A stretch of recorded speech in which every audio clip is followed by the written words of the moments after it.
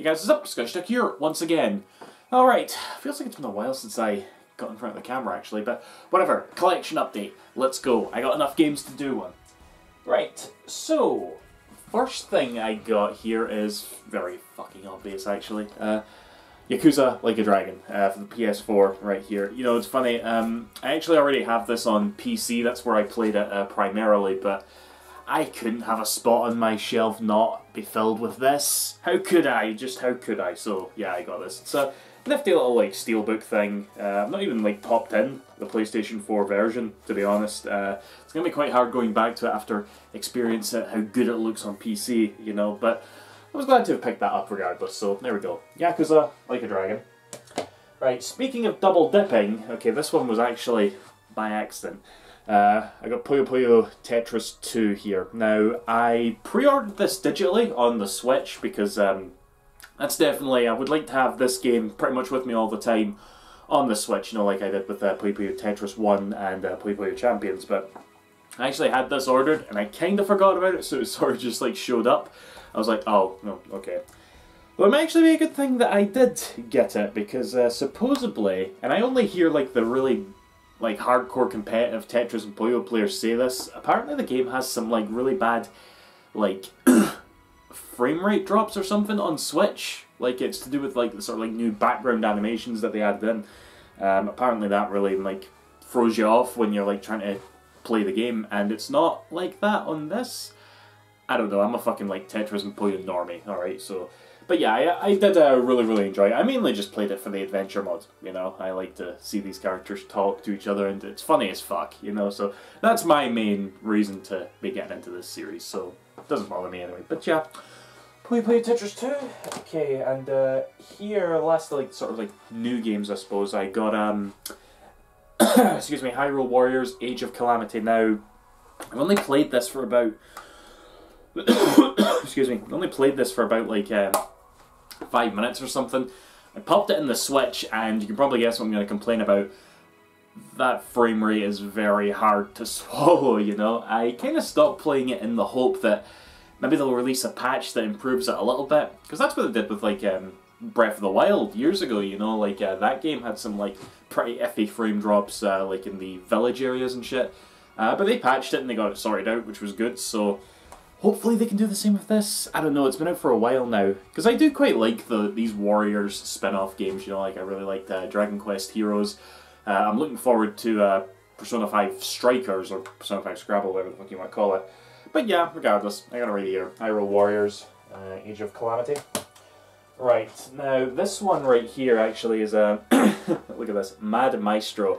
Now, funny story with this, right? I recently played through Katamari Damacy Reroll on Steam, okay? Never played a Katamari game before, always wanted to, and I finally just said fuck it and I played through it. Good game, by the way.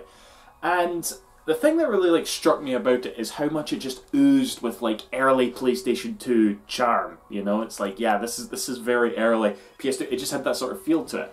So I started getting like all nostalgic about games that I remember hearing about really early back in the day but just never got the chance to try, and this was one of them, you know. This was one that I would like see in like magazines and shit, and I remember being like intrigued by the concept, something about like flicking the analog stick, but how hard you flick the analog stick would affect your, you know, maestroing, I guess. And yeah, that's decided to give it a go, and yeah, we'll see. See how it's not popped in yet, but yeah. Mad Maestro. I also want to try, remember Mr. Mosquito? Who remembers that one as well?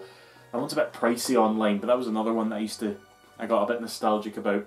But whatever, there we go. It's Mad Maestro. Right, now, right, this one. Here's this, Feel the Magic XYXX. Right, guys, I'm not too sure what this game even is, and I'll tell you what, right? It's made by a Sonic Team, funnily enough. And what actually intrigued me by this is that in Yakuza Like a Dragon, there's this like mini game you can do where you can go to a vocational school and like do quizzes and shit. And amongst those quizzes is a Sega trivia thing, you know. And I saw that, I'm like, oh, I'm gonna fucking ace this, like. And I got to a question about this game. It's about like these creatures that are in the game, and I couldn't answer it. I was like, wait, X, Y, X, that game with the fucking, like, girl in a bikini in the cover, that game, and I was lost, and I was like, well, fuck, I better fix this, I better grab this, and it's really cheap, so I got it. Not popped it in yet, no idea what it is. Fuck, I might do that after this recording, actually. I'm very, very curious what the fuck this is. But yeah, that's it there anyway. Okay, alright, so here we have, this is really nice actually, a box copy of Doom 64. Funny story with this actually, it was just like at the beginning of the year there that I became, like, what I would call pretty big Doom fan. You know, like I played through 1 and 2, didn't finish 3, replayed 2016, then played Doom Eternal, fantastic game. Then I went on to Doom 64, I just played it on the Switch, just like I played Doom 1 and 2. And it's a really good game, you know. I don't know if it's as good as Doom 1 and 2, but it's really good. And I was browsing the PlayStation Store, and I was sort of talking to a friend, and I just saw it on sale for like $1.99. I already had it on Switch, I already had it on Steam because I got it free with Doom Eternal, but I kind of just bought it, and I was like, I was kind of looking at myself like, why the fuck did I just buy that? It was a typical super first world problem. It was like, it was so cheap I just couldn't resist. I was just like, nah, buy. I was like, wait, what am I buying this for? But then I started thinking, well, you know, I do really like that game, but do I even own it on N64? So I had to come in here and look, and I didn't, so I was like, alright, let's go for it. So I technically quadruple dipped on this game, you know, but yeah, it's very nice to have it in the box there, and like I said, good game. Don't know if I'll ever play this version, mind you, because that HD version they came out with is absolutely brilliant, so whatever. Okay, and last game, this was sort of like a drunk buy, I think, Manhunt. Yeah, I remember all the like controversies about it back in the day and shit. Don't know what the sort of game is, to be honest. You just plays like a murderer or something, I guess. But yeah, I'll pop it in, give it a try. Always has intrigued me as well, so yeah. Okay, and that's that, guys. That's me, the collection update. Probably the last one of the year, in fact, definitely. So yeah, hope you all have a merry whatever the fuck, and a happy new year. See you after. Thanks for watching. Bye-bye.